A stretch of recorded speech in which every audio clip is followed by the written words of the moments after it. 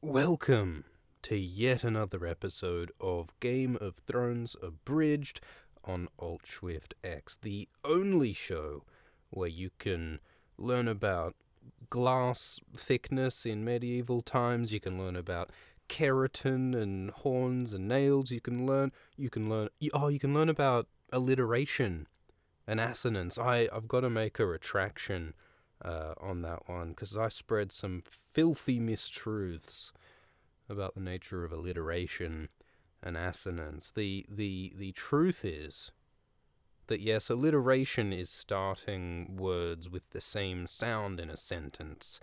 I just did it then. Same spitting same sounds in a sentence, slowly, swiftly, whichever way is swifty. That's alliteration.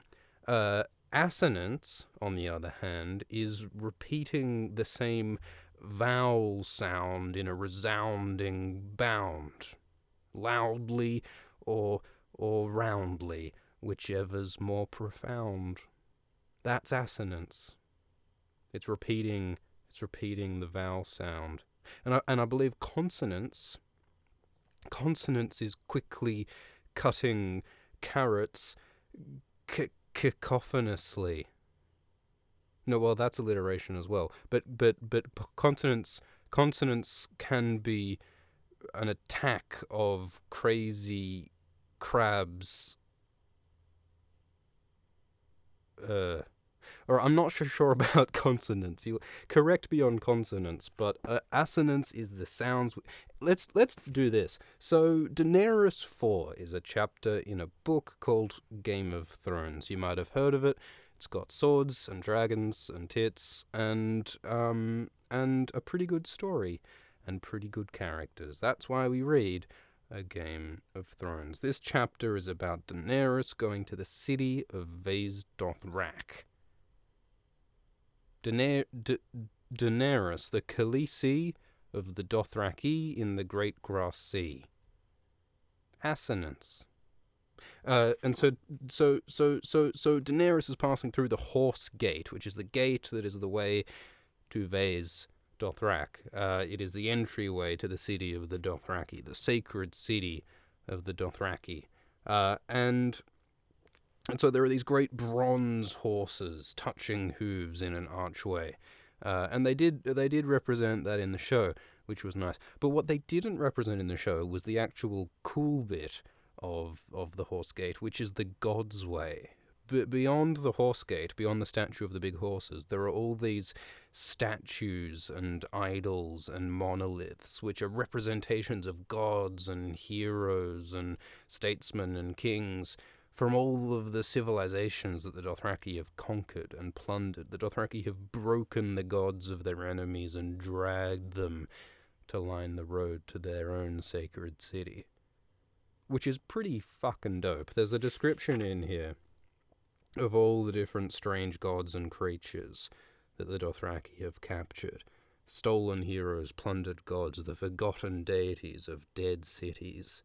There are all these creatures, griffins and manticores and beasts that Dany couldn't name, and even some statues and creatures that are so misshapen and terrible that Dany can scarcely bear to look at them. And Jorah says that they must have come from the Shadowlands beyond Ashai, Khaleesi. So that maybe they're some kind of Lovecraftian, Deep Ones kind of nasty stuff. Don't know. But that's pretty sick, all the different gods. It would have been good if they represented that in the show. In the show, what they did have was in the House of Black and White, they did have the representations of a bunch of different gods in the room with the pool, which was nice to have. But I do think the God's Way is cooler. But anyway, so Dany is going into the city of Vaes Dothrak, and Viserys is there, and Jorah is there. And Viserys recently has been suffering the mockery of the Dothraki because he was prevented from getting to ride a horse after his outburst at Dany, and so the Dothraki have been mocking him over that. They've been calling him the Cart King and the Sawfoot King. He's got a lot of mocking titles. I mean, he's called the Beggar King widely in Essos from his time in the Free Cities. All of his mocking nicknames include his kingship, of course, because that really is the sore point with Viserys. He defines himself as a king, and so everyone else defines him as a shit king, which is probably the most effective way to get under his skin. And so Daenerys has convinced Drogo to allow Viserys to ride a cart instead of having to walk all the time. And Viserys interprets this as an honor and an apology, when in actual fact it's a further mockery, because of course the Dothraki only respect men who ride a horse. If you ride a cart, that's like an admission of weakness. The Viserys interprets it as an honor. Daenerys convinces Drogo not to tell Viserys that he's actually being mocked by sitting in the cart. And the way Daenerys convinces Drogo is with much pleading and with the pillow tricks Doreah had taught her, all of the Cosmo sex tips, the Dothraki Cosmo magazine sex tips that Dany got from Doreah. And this has managed to convince Drogo to change his behavior, which is an important reminder that politics and policy coming from political leaders in Game of Thrones can be influenced not only by diplomacy and discussion with council, but also by pleading and pillow tricks. Never underestimate the influence of a pillow trick here. And I wonder if the pillow... they would have pillows, wouldn't they? I imagine they'd be quite uncomfortable pillows, though, wouldn't they? I mean, I hope they're not made of horsehair like bloody everything else in Dothraki culture. Do they have feather pillows in the Dothraki? I doubt it. They don't have geese. I suppose they have birds. Could you make a feather pillow out of, like, eagle feathers? They did mention some eagles. I'm just a bit skeptical about the comfort of Dothraki bed things, but I'm sure they can work something out.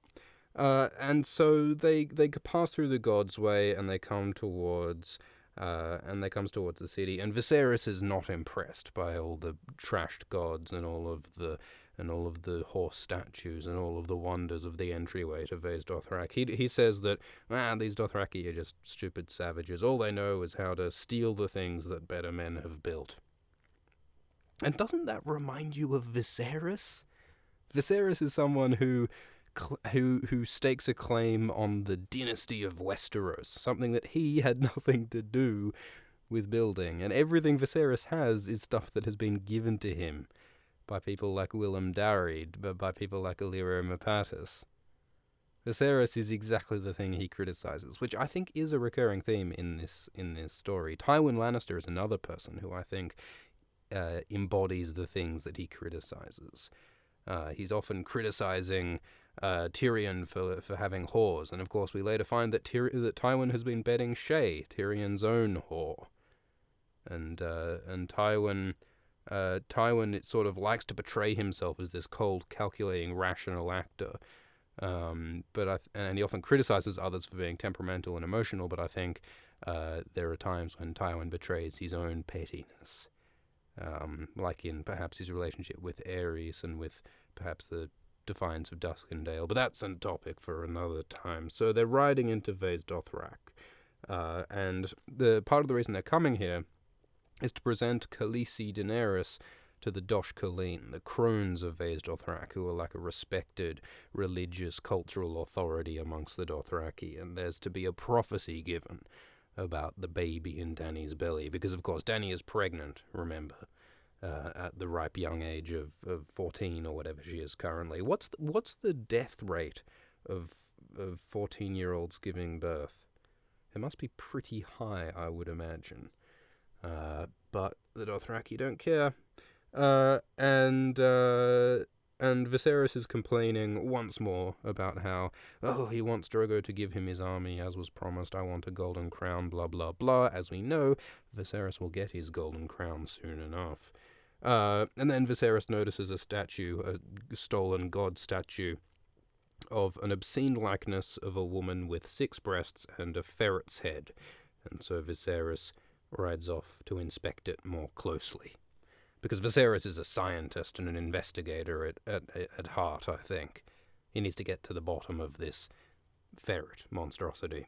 And then Daenerys is trying to defend Viserys. She's saying, like, oh, well, Drogo, the Dothraki, they better keep their promise and give Viserys his army, as Viserys wants, so that he can sweep the Seven Kingdoms with 10,000 Dothraki riders. And then Jorah says, oh, fucking Viserys, he couldn't sweep a stable with 10,000 brooms. Which I think is a Hercules thing, isn't it? I think one of the tasks, the trials of Hercules, was to sweep out a stable that was full of shit. And the way he did it was he diverted a river into the stable, which I think is kind of cheating. But most of the Greek myths ultimately come down to cheating, don't they? And so anyway, so Jorah is saying, well, yeah, Drogo could give Viserys an army of Dothraki, but then again, Viserys is an incompetent fool. And Dany is like, yeah, you're right. But if he wasn't, if someone, not to name any Daeneryses, but if someone was to attack Westeros with a bunch of Dothraki, do you think they'd succeed? And so Jorah thinks about how, well, the Knights of the Seven Kingdoms are pretty good, but the Dothraki are also pretty powerful in the way that they can ride. They've got so much mobility. They can fire arrows from horseback and all this. So they might actually give us some trouble if the Dothraki invaded Westeros. And Dany's like, and files that away for later reference, because of course it'll probably be Daenerys who ends up invading Westeros with Dothraki and a bunch of others. And then Jorah's like, but that's never gonna have to happen, because the Westerosi will be smart about it, and they'll use diplomatic means to prevent the Dothraki invading, and they'll just sit in their castles if they have to. So as long as the Lords of the Seven Kingdoms, as long as they have the wit the gods gave a goose, it will never come to that. Now, what we learn in Feast is that the Lords of the Seven Kingdoms do not have the wits the gods gave a goose, at least not the men on the small council that Cersei assembles. So maybe the Dothraki would have a fighting chance. And then Jorah also makes another interesting observation. He says that Robert Baratheon should have been born a Dothraki. So he sort of thinks about how Robert's values in terms of bravery and courage and fighting and hitting things good is quite closely aligned to the Dothraki philosophy of fighting and hitting things good, which is an interesting comparison. Imagine if Robert was a Khal. Imagine if Robert was born a Dothraki and he was like Khal Drogo when he was his warlord.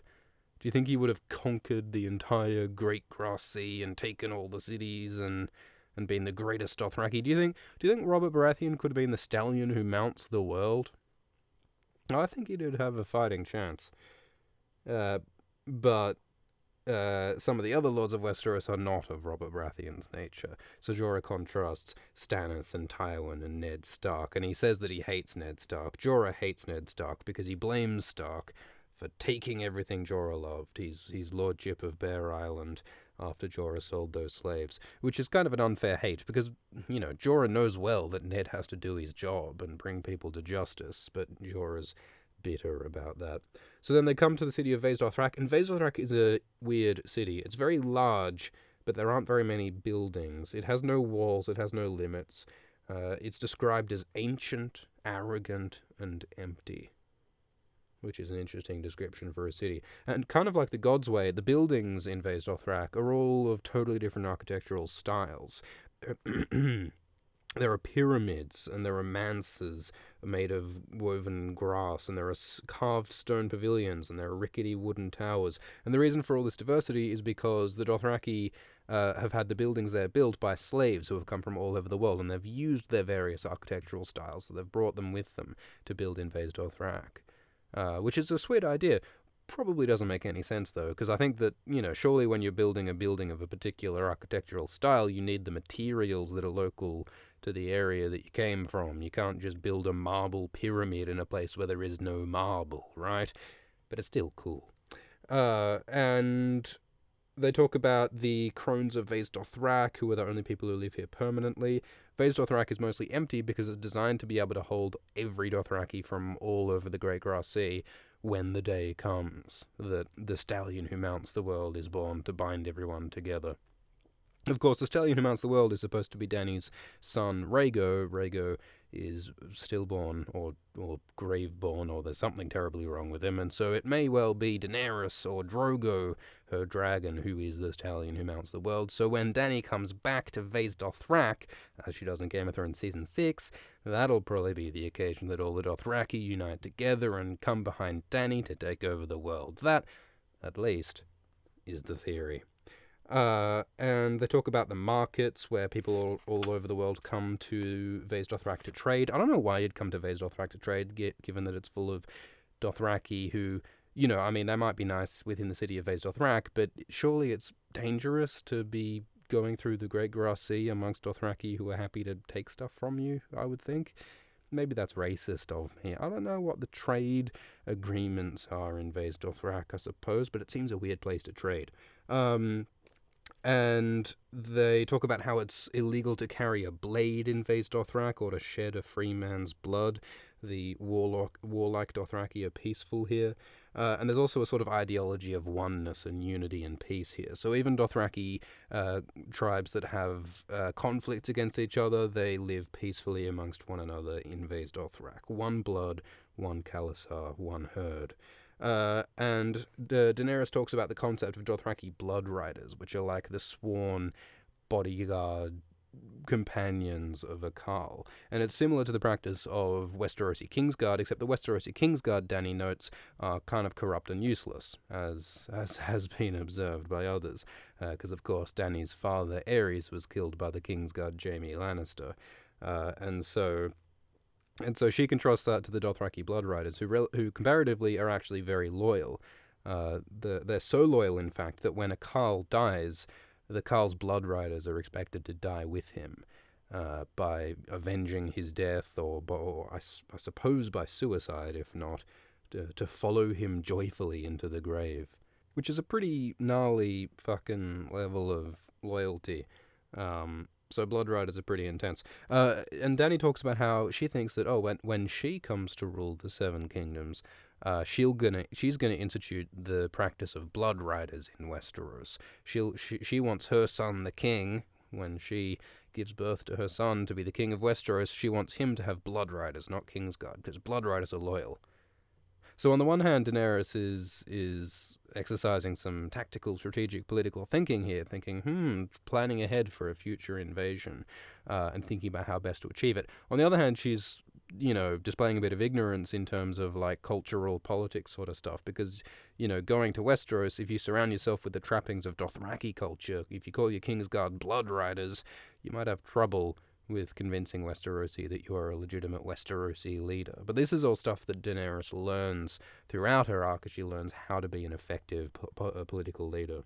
And she talks about how Drogo is going off to climb the Mother of Mountains, which is this big mountain next to a lake in Vaes Dothrak, a sacred mountain. And Daenerys goes and takes a bath, scalding hot, as she likes it, because, of course, Targaryens are apparently somewhat fire-resistant. Not fire-resistant, heat-resistant in the books.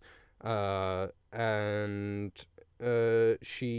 have a food description. There's fruits and vegetables, sweetgrass and fire pods, melons and pomegranates and plums. And Daenerys is planning to give some gifts to her brother Viserys as a sort of a peace offering after their spat. And so she's had clothing made for Viserys.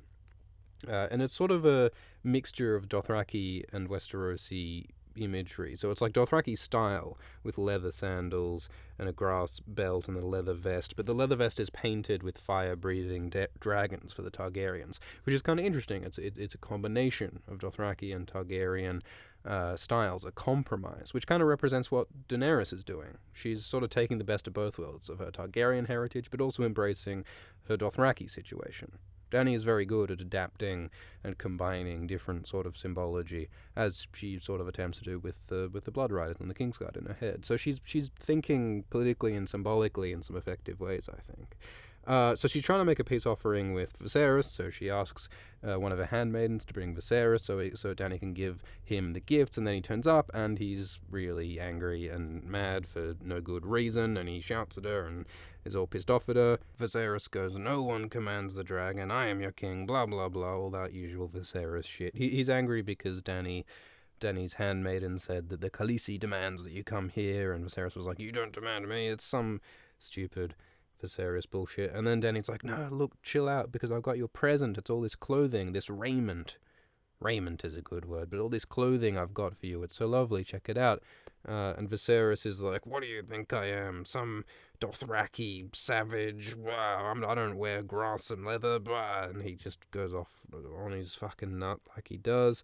And eventually Dany just goes, "You know what? Fuck it. I've had enough of your bullshit." She grabs this heavy metal medallion belt that she'd had made for Viserys, and she smacks him across the head with it. He had grabbed her tightly and looked as though he wanted to hurt her, so Dany smacked him around the face with a belt. Which, I'm usually not a fan of unnecessarily escalating into violence, but talk shit, get hit. I think that was the lesson, and Dany teaches it well by fucking opening up some of Viserys' cheek, cutting his face with this medallion belt, and she says, "You are the one who forgets himself. Didn't you learn anything in that day in the grass when I got you all whipped up for doing the wrong thing? Leave me. I'm the Khaleesi. Get the fuck out of here." And so Viserys stomps off. So the attempted peace offering did not exactly go very well. This represents a schism between Dany and Viserys, which never really quite gets healed. But it also represents Dany standing up as her own power, as her own authority, and rejecting the bullshit of her brother Viserys.